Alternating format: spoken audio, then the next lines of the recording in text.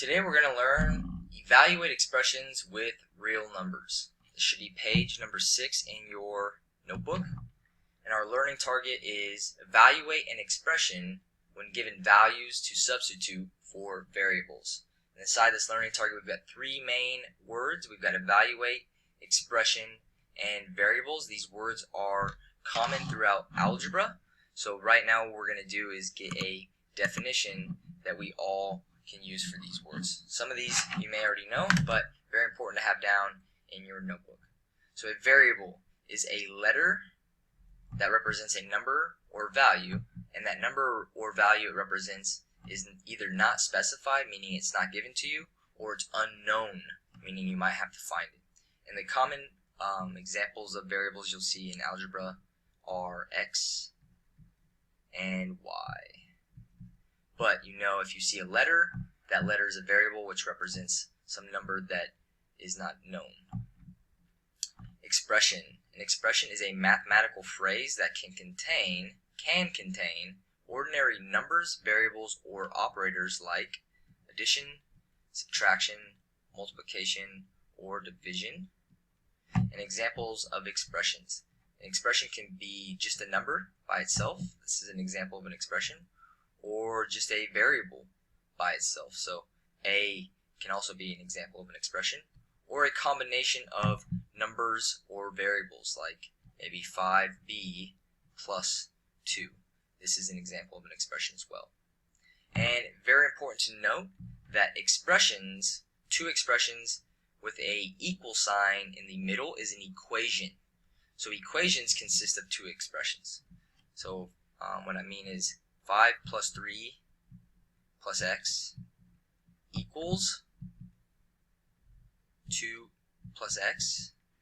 This equation has two expressions. It's got one expression on the left side, and it's got one expression on the right side. But when two expressions are joined by an equal sign, it makes up an equation. So very important to know the definition of expression versus an equation. And then evaluate is what we're doing today, and that means to substitute a number for each variable and perform the arithmetic operations of whatever that expression is.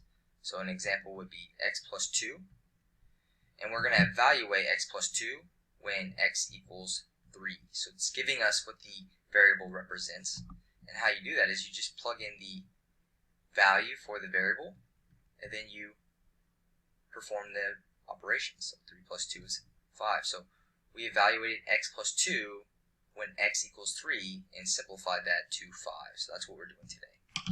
So the first example, I'm going to go ahead and read the directions. Evaluate given the following values. And we have the expression p divided by 3 plus q plus 8, where p equals 3 and q equals 9. So our first step here is to substitute the values, the known values, for the variable in the expression. So where we see the p, we're going to replace it with a 3. And where we see the q, we're going to replace it with a 9. And then everything else stays the same. Now that we've done the first step, we can go ahead and simplify by performing the order of operations, which is the second step. So we've got division, addition, and addition. Division comes first, so 3 divided by 3 is 1, and then the expression can just be rewritten as it is. And now we have addition and addition, so we can do the first one that comes from the left side to the right. So we've got 1 plus 9, which we know is 10, plus 8, and then we have 10 plus 8, which we know is 18, and 18 is our final answer. Example number 2. We have the expression a, nothing in between the a and the parentheses, no operating sign, so we know that the operation is multiplication, times b minus 3 divided by 2. And we're going to evaluate this when a equals 3 and b equals 1. So we can rewrite our expression as 3 times 1 minus 3 divided by 2. And we can now simplify with the order of operations. So we're going to simplify the parentheses first. So we have 3 times, drop the parentheses, a negative 2 divided by a 2. So I can drop the parentheses and make sure I include the multiplication dot, or I could have left the parentheses, right, and just known that it's multiplication. Either way, same thing. Now we can go ahead and multiply, because the multiplication comes before the division from the left side to the right. And when we multiply, we have negative 2, or 3 times negative 2, which we know is a negative 6. 3 times 2 is 6, and a positive times a negative is a negative, divided by 2. And then our last operation is to divide. We've got 6 divided by 2 is 3, and a negative divided by a positive is a negative. And this is our final answer. Example number 3. So here we have the expression y minus parentheses x minus parentheses y minus x parentheses squared parentheses. So here we have 2 x's and 2 y's, and that shouldn't confuse you. The process is still the same, except now we're going to substitute this 9 in twice, and we're going to substitute this 10 in twice. So the expression can be rewritten as 10 minus 9 minus parentheses 10 minus 9 parentheses squared parentheses. So we substituted twice for each variable. Now with the order of operations. Let's see here. We've got parentheses, and within that parentheses we got more parentheses, and within the small set of parentheses we've got 10 minus 9, so we can rewrite the expression as 10 minus 9 minus, and we can go ahead and leave it in parentheses as a 1 squared and parentheses.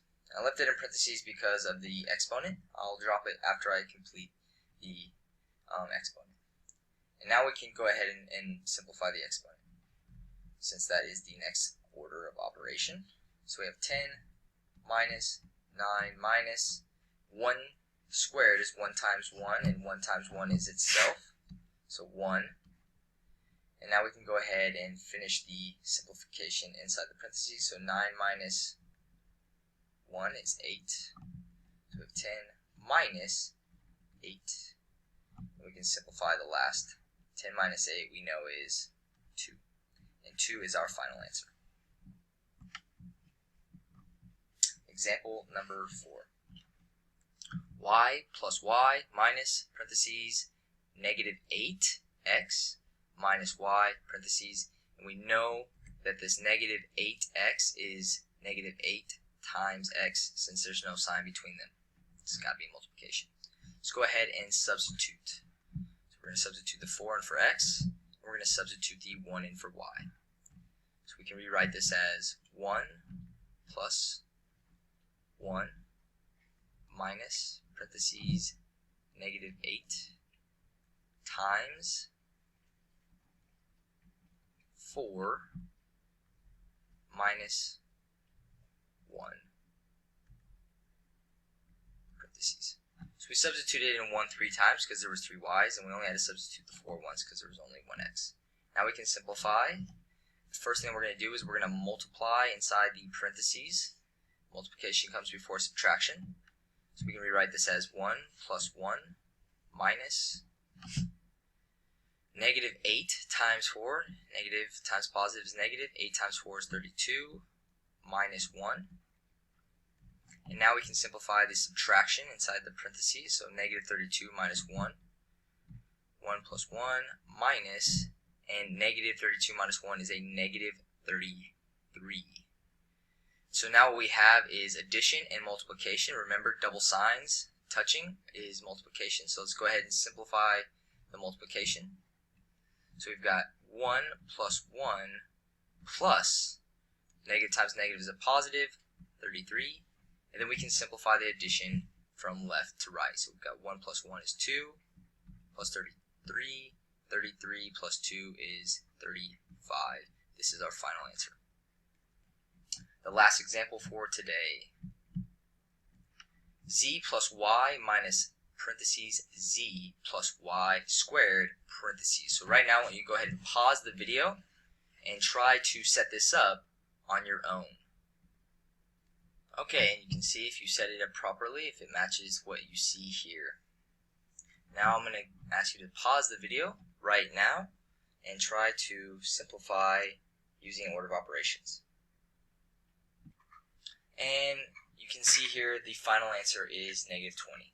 The first thing that was done is negative 4 squared is a 16.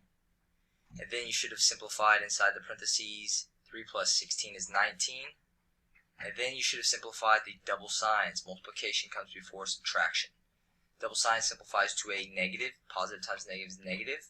And then 3 minus 4 simplifies to a negative 1. And negative 1 minus 19 is a negative 20. Message your peers or me in Schoology if you have trouble working through the problem set. Good luck.